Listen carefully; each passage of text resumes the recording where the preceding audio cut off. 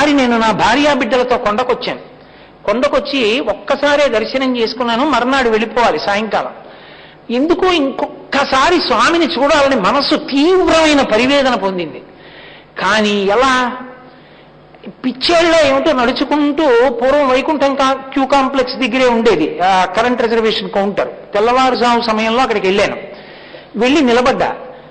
పెద్ద క్యూ ఉంది. పెద్ద పెద్ద టికెట్లు కొనగలిగినంత స్తోమత అప్పుడు నాకు లేదు. ఈశ్వరుడు ఇప్పుడు కొంత ఇచ్చాడు అబద్ధం ఎందుకు? ఈనాళ్ళు ఉద్యోగం చేసి 5,000 రూపాయల టికెటే కొనుక్కోలేనా? ఆనాడు అంత స్తోమత కూడా నాకు లేదు యథార్థంగా. కాబట్టి నించుని చూస్తున్నా. 100 రూపాయలు అయితే కొనగలను. నాకు ఎలా దొరుకుతుంది? అర్చనానంతర దర్శనం దొరుకుతుందా? దొరకదు నాకు. కాబట్టి అవధిహ వెంకటేశ్వర దర్శనం అని. ఏమో నువ్వు అనుగ్రహిస్తే ఎందుకు అవదయా? అవుతుంది. నువ్వు నన్ను అనుగ్రహించగలవా? వెళ్ళిపోనా అనుకున్నానంతే. ఇంతంత రాళ్లు పడ్డాయి ఆకాశంలోంచి.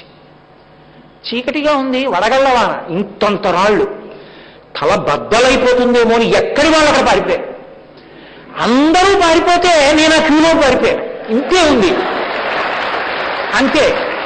2 పడితే పడ్డాయా అని చేతి మీద పెట్టుకుని నించున్నా. చిన్ని ఏవో పడి పక్కకి పోయి ఆ షెల్టర్ కిందకి వెళ్ళిపోయా. ఇలా వెళ్ళా. అర్చనానంతర దర్శనం దొరికింది. స్వామి నన్ను రక్షించామనుకుని వెళ్ళిపోయా దర్శనం. పిలిస్తే పలుకుతాడు. నన్ను నమ్మండి. నేను ఏదో కంఠశోష ఉపన్యాసం చెప్పానని మీరు అనుకోవద్దు. నేను పరమ ఆర్తితో నమ్మి చెప్పుకుంటున్నది ఇది తప్ప నేను ఏదో సంతోషానికో సరదాకో ఏదో నాకు 4 మాటలు వచ్చనో నేను చెప్తున్నానని మీరు దయచేసి అనుకోవద్దు. నేను నమ్మి చెప్పుకుంటున్నాను మీకు. నేను చెప్పుకోలేను నా వ్యక్తిగత అనుభూతే పలికే దైవం వెంకటేశ్వరుడు. అంతటి గొప్ప స్వరూపం మహానుభావుడిది.